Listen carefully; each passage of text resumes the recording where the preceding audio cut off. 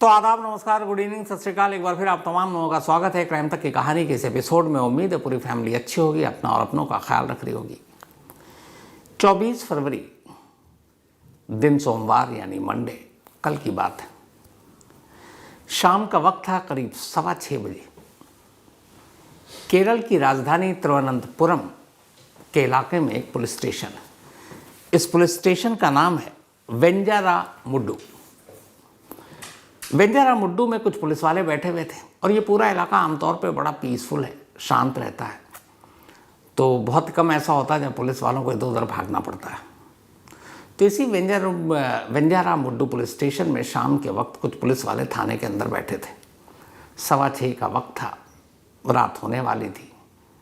एक तरह से हर तरफ थाने में खामोशी पसरी थी। तभी अचानक थाने के सामने एक ऑटो रुकता है।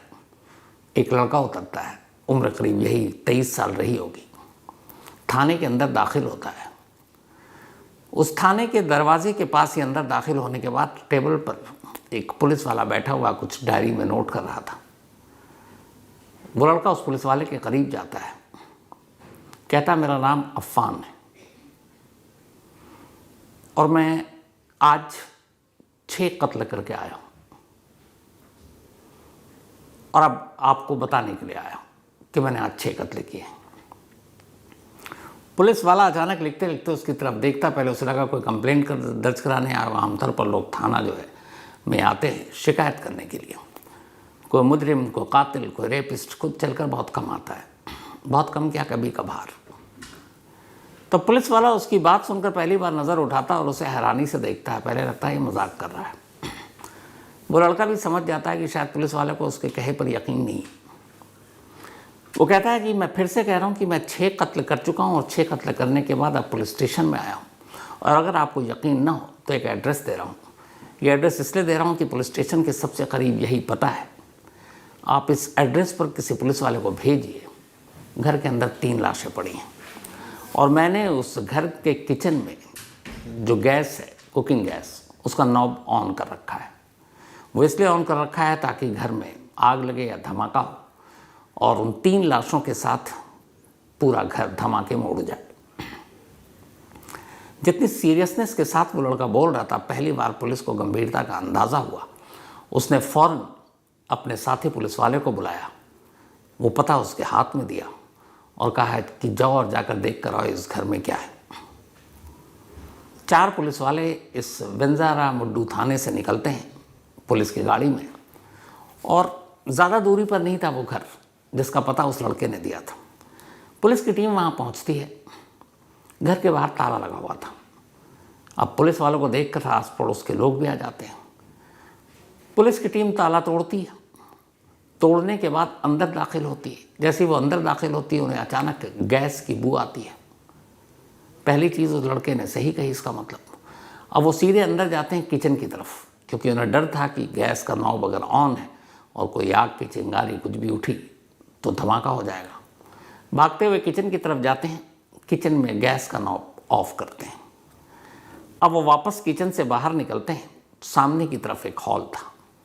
जैसे ही हॉल में दाखिल होते हैं, देखते हैं फर्श पर एक लाश पड़ी है। लाश एक बच्चे की थी, उम्र 12-13 साल रही होगी। वो लाश अफ़ान के छोटे भाई की थी। उसके सर पर चोट के गहरे निशान थे। अब पुलिस की टीम उसके बाद अंदर दाखिल होती है। पहला कमरा दिखाई देता है। उस कमरे में भी लॉक लगा था।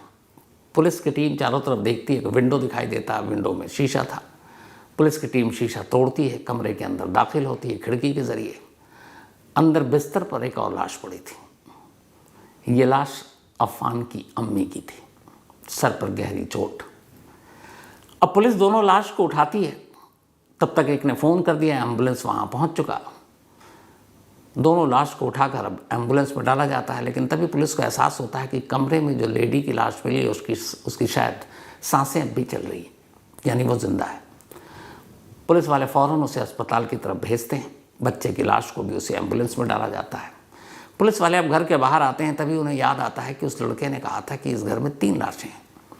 लेकिन उन्होंने फिर बाकी नीचे का इलाका देखा, कोई और लाश मिली नहीं। तभी उन्होंने देखा एक सीढ़ी ऊपर जा रहा है।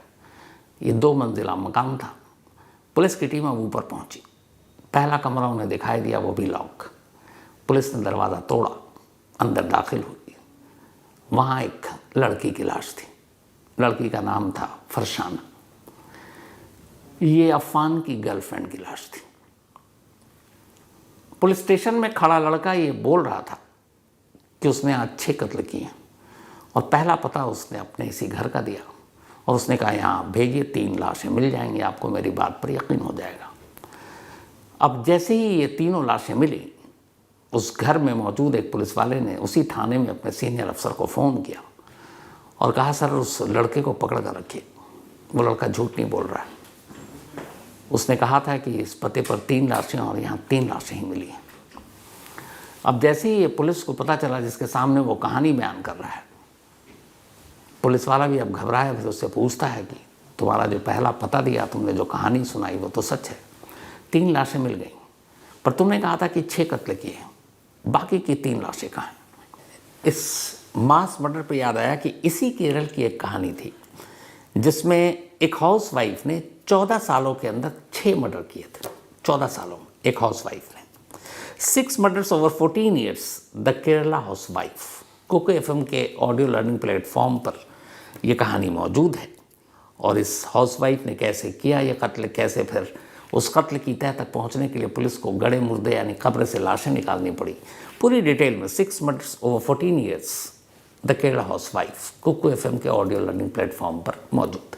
लेकिन याद रहे वक्त तेज़ी से निकल रहा है और एक बार जब फ्री ट्रायल स्लॉट्स ख़त्म हो जाएंगे तो फिर ये मौका हाथ से निकल जाएगा।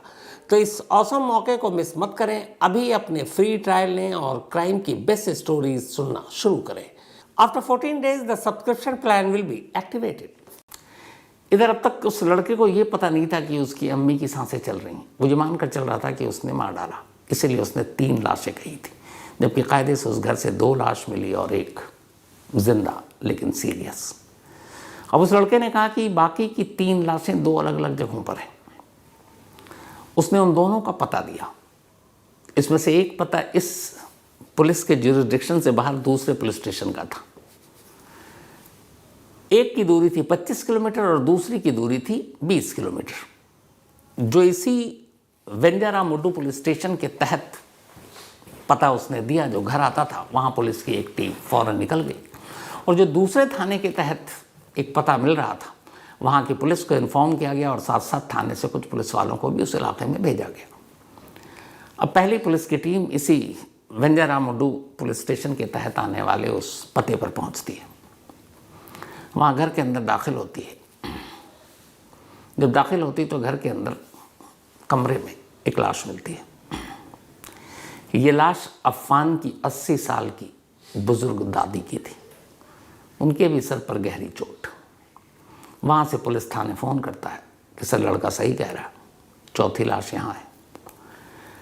अब एक पता उसने और दिया और उसने कहा था कि वहाँ भी लाश पड़ी है। तब तक उस दूसरे पुलिस स्टेशन की पुलिस वहाँ पहुँच चुकी थी।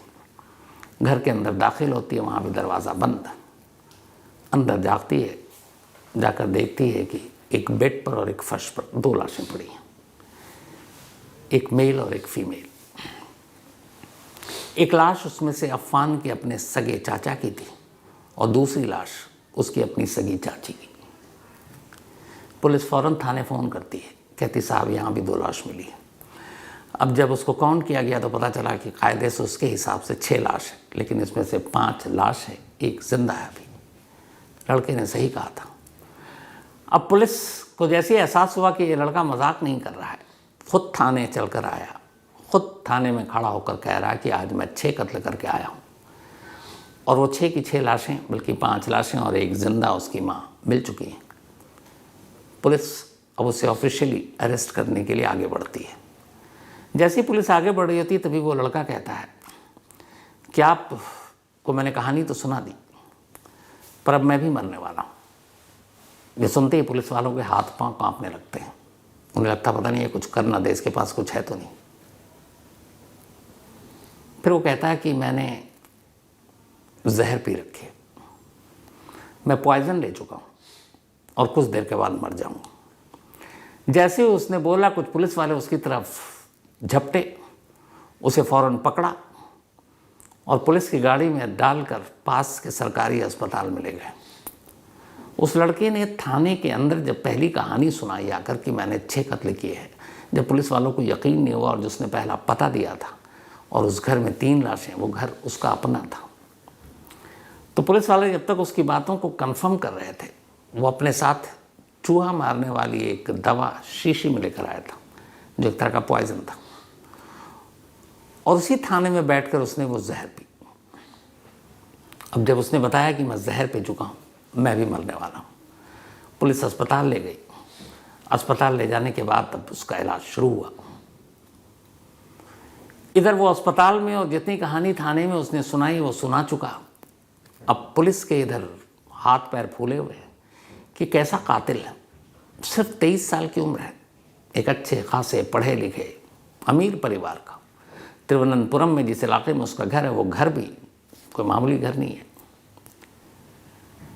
और ये खुद थाने चलकर आकर इकरार जुर्म कर रहा है। पुलिस ने उसकी बातों से और उसके बाद तमाम आस पड़ोस के लोगों से 3 अलग अलग जगहों से पूछताछ करनी शुरू की, और जब सारी पूछताछ की और कड़ियों को जोड़ने की कोशिश की, तो जो कड़ियाँ जुड़ी और जो कहानी निकली वो कुछ यूँ थी। पड़ोसियों के मुताबिक सुबह 10 बजे तक अफान अपने घर में था।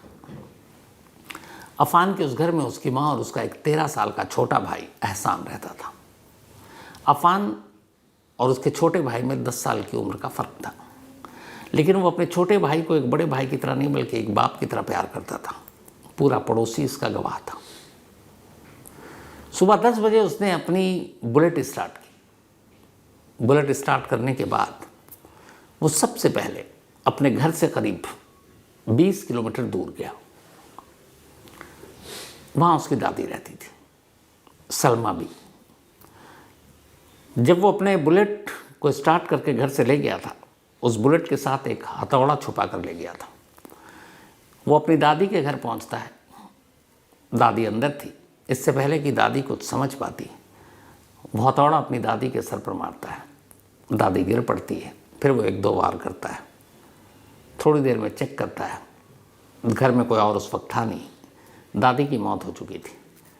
खून से सने उस हथौड़े को वो साफ़ करता है, उसे लपेटता है, बाहर से दरवाज़ा बंद करता है, वापस अपनी बुलेट स्टार्ट करता है, हथौड़े को बुलेट के साथ रखता है और अब वहाँ से आगे बढ़ जाता है। 5 किलोमीटर दूर सफ़र तय करने के बाद फिर वो एक घर के आगे अपने बुलेट को रोकता है। ये उसके चाचा का घर था। बुलेट रोका, हथौड़ी उठाई, घर के अंदर दाखिल हुआ। कुछ चाचा समझ सकते, उससे पहले उसने चाचा के सर पर उसी हथौड़ी से एक ज़ोर का वार किया। चाचा गिर पड़े। इसके बाद उसने फिर दोबारा वार किया। तब तक चाची आ गई। आवाज़ सुनकर उसने वही हथौड़ी उन चाची के सर पर दे मारा। थोड़ी देर में दोनों फर्श पर और एक बिस्तर पर गिरे हुए थे। सर से बेतहाशा खून गिर रहा था। थोड़ी देर तक वो रहा, उन दोनों को देखा। उसे यकीन हो गया कि अब वो दोनों मर चुके हैं। हथौड़ी फिर साफ करता है, घर के दरवाजे को बंद करता है, बुलेट स्टार्ट करता है और 25 किलोमीटर तक बुलेट चलाता रहता है। 25 किलोमीटर के बाद वो वापस अपने उसी घर पहुंचता है जहाँ से वो बुलेट लेकर गया था। घर आता है, तब तक शाम के करीब 4 बज चुके थे। 10 बजे वो निकला था। आने जाने में लगभग 50 किलोमीटर का उसने सफ़र तय किया और करीब करीब 6 घंटे आने जाने और 3 कत्ल करने में लगे। घर आया, माँ पहली मंजिल पर सो रही थी। छोटा भाई एहसान हॉल में था। छोटे भाई के पास गया। ऐसा लगा कि वो कुछ हुआ ही नहीं है। उसे बड़ा प्यार किया क्योंकि उसे बहुत प्यार करता था। छोटे भाई का एग्ज़ाम भी चल रहा था। उसके छोटे भाई को अरबियन फूड बहुत पसंद था। इसके बाद वो उससे पूछता है कि कुछ खाएगा, तो कहता हाँ अरबियन फूड। वो उसे बाहर लेकर आता है, उसी बुलेट पर बिठाता है। पास में ही एक रेस्टोरेंट था अरबियन फूड का, वहाँ ले जाता है। अपने छोटे भाई एहसान को उसके पसंद का खाना खिलाता है, फिर वापस घर आता है। घर आने के बाद हॉल में जब उसका भाई अंदर की तरफ जाने लगा, वो चुपचाप से वही हथौड़ी निकालता है, पीछे से अपने छोटे भाई के सर पर एक जोर का वार मारता है। छोटा भाई वहीं गिर पड़ता है। थोड़ी देर में उसकी मौत हो गई। इसके बाद उसी हथौड़ी को लेकर अब वो फर्स्ट फ्लोर पे जाता है। कमरे में उसकी माँ सो रही थी। दरवाज़ा खोलता है, इससे पहले कि माँ की पूरी तरह से नींद खुलती, बिस्तर पर ही अपनी माँ के सर पर वो उसी हथौड़ी से एक और वार करता है। माँ वहीं लेटी रह जाती है। थोड़ी देर में माँ भी उसे लगा कि अब मर चुकी है। दरवाज़ा बंद करता है, लॉक करता है, वापस नीचे हॉल में आता है। हॉल में आने के बाद अब वो अपना मोबाइल निकालता है और कॉल करता है अपनी गर्लफ्रेंड को। उसकी गर्लफ्रेंड का नाम है फरसाना, उम्र 21 साल, इत्तेफाक से उसी पड़ोस में रहने वाली उसकी गर्लफ्रेंड। फरसाना को फ़ोन करता है और कहता है कि क्या तुम घर आ सकती, कुछ ज़रूरी बात करनी है। क्योंकि वो अक्सर घर आती रहती थी, दोनों परिवार एक दूसरे को जानते थे। फरसाना चली आती है खुशी खुशी। जैसे ही वो दरवाजे के अंदर कदम रखती है, अचानक वो पीछे हाथ में छुपाया हथौड़े निकालता है, फरसाना के सर पर दे मारता है। फरसाना वहीं गिर जाती है। इसके बाद वो उसे उठाकर ऊपर ले जाता है। ऊपर के कमरे में बिस्तर पर रखता है उसकी लाश, दरवाज़ा बंद कर देता है। फिर नीचे आता है। नीचे आने के बाद अब वो किचन में जाता है। किचन में कुकिंग गैस का नॉब ऑन करता है, सारे घर को देखता है, बाहर आता है, दरवाजे को लॉक करता है। दरवाज़ा बंद करने के बाद घर से बाहर निकलता है। थोड़ी दूर पैदल चलता है। एक ऑटो दिखाई देता है। ऑटो वाले को रोकता है और कहता है कि वो उसे वेंजारामुड्डू पुलिस स्टेशन ले चले। इसके बाद शाम के ठीक 6:15 बजे वो वेंजारामुड्डू पुलिस स्टेशन में पहुंचता है और वहां जाकर जो पहला पुलिस वाला उसे दिखाई दिया, उसे ये सारी कहानी बताता है कि वो लगभग सुबह 10 बजे वो निकला था। 8 घंटे के अंदर 50 किलोमीटर का सफ़र तय कर 6 लोगों का कत्ल करके आ रहा है। और जब इस बात की गवाही मिल जाती है तब वो कहता है मैं तो जहर पी चुका हूँ। अब उसने अपनी पूरी कहानी बता दी, सारी बात सही साबित हो गई। अब सवाल यह था कि अफान ने ऐसा क्यों किया। जब अफान पहली बार थाने पहुंचा 6:15 बजे और जब उसने कहा कि वो 6 कत्ल करके आ रहा है, तो पुलिस ने उस वक्त सीरियसली तो नहीं लिया, लेकिन उससे पूछा कि अच्छा ठीक है कर दिया, क्यों किया। तो उसने एक बात कही थी। उसने कहा कि हम कर्ज में हैं, थोड़ी माली हालत ठीक नहीं है, बस इसीलिए हमने मार दिया। अब चूंकि वो अस्पताल में जहर पीने की बात थी, डॉक्टरों ने कहा अभी आप पूछताछ कर नहीं सकते। तो फिर सवाल ये है कि उसने एक साथ 6 कत्ल जो उसकी नज़र में, वरना हुए 5 हैं, हालांकि उसकी अम्मी अस्पताल में और वो भी बेहद सीरियस है, तो क्यों किया। अब पुलिस उस क्यों का जवाब जानने के लिए आस पड़ोस के लोग, उसके जो बाकी रिश्तेदार बच गए हैं या बचे हुए हैं, उनसे पूछताछ शुरू की। जब पूछताछ शुरू की तो पता चला कि ये परिवार फाइनेंशियली बहुत ठीक ठाक परिवार है, माली हालत अच्छी है, पढ़ा लिखा परिवार है और कभी पड़ोस में किसी को कभी कोई शिकायत नहीं रही। और अफान एक होनहार लड़का, पढ़ने लिखने में तेज़, पूरा मोहल्ला उसकी शराफत के गुण गाता है। और सबसे ज़्यादा इसलिए वो वहाँ पे जाना जाता था क्योंकि लोग मानते थे कि छोटा भाई उसकी ज़िंदगी है, वो उसे बेइंतहा प्यार करता है। तो फिर उसने ऐसा क्यों किया। पता चला कि उसके फादर जो हैं वो गल्फ़ में नौकरी करते हैं अफान के, और कुछ वक्त पहले उसकी अम्मी उम्रा करके लौटी थी। इसने भी गल्फ़ में एक अपना बिजनेस शुरू किया, लेकिन कोरोना आ गया। कोरोना की वजह से बिज़नेस उस रफ्तार को पकड़ नहीं पाए और वो बिज़नेस इतना चला नहीं। तो फिर ये वापस केरल पहुंच गया। अब केरल में ही था, एक गर्लफ्रेंड थी और उस गर्लफ्रेंड को भी लेकर कोई ऐसा विवाद नहीं कि इस फैमिली को पसंद नहीं या उस फैमिली को पसंद नहीं। दोनों परिवार राज़ी खुशी, और इश्क के चक्कर में ये कत्ल हुआ, ऐसे कोई सबूत तो मिले नहीं। तो फिर इश्क नहीं, लड़की की वजह से कत्ल नहीं, तो फिर क्यों कत्ल। तो ये हुआ कि हाँ, कोरोना के बाद घर की माली हालत थोड़ी बिगड़ी, कुछ कर्ज था, लेकिन इस कर्ज के लिए वो मार डाले, ये गले नहीं उतर रही बात, क्योंकि ऐसे कोई सबूत तो मिल नहीं रहे। फिर पुलिस ने उसका एक ब्लड और वो टेस्ट भी कराया, क्योंकि उसकी आंखों से जब वो थाने में खड़ा होकर कहानी सुना रहा था 8 घंटे में 6 कत्ल की, तो पुलिस वालों को थोड़ा शक हुआ कि ये पता नहीं अपने होश में है कि नहीं। उसकी आंखें कुछ और कह रही थीं। तो पुलिस को एक शक ये भी है कि शायद उस वक्त जब इसने कत्ल किए ये किसी ड्रग्स के नशे में था। तो क्या ड्रग्स के नशे में आकर उसने ये कत्ल किया? अब ये थ्योरी भी पूरी तरह से फिट इसलिए नहीं बैठ रही कि अगर वो ड्रग्स लेता था तो फिर ऐसे लोग अगर लेते थे तो 6 कत्ल क्यों करेंगे, और इस दिन इसने क्यों किया?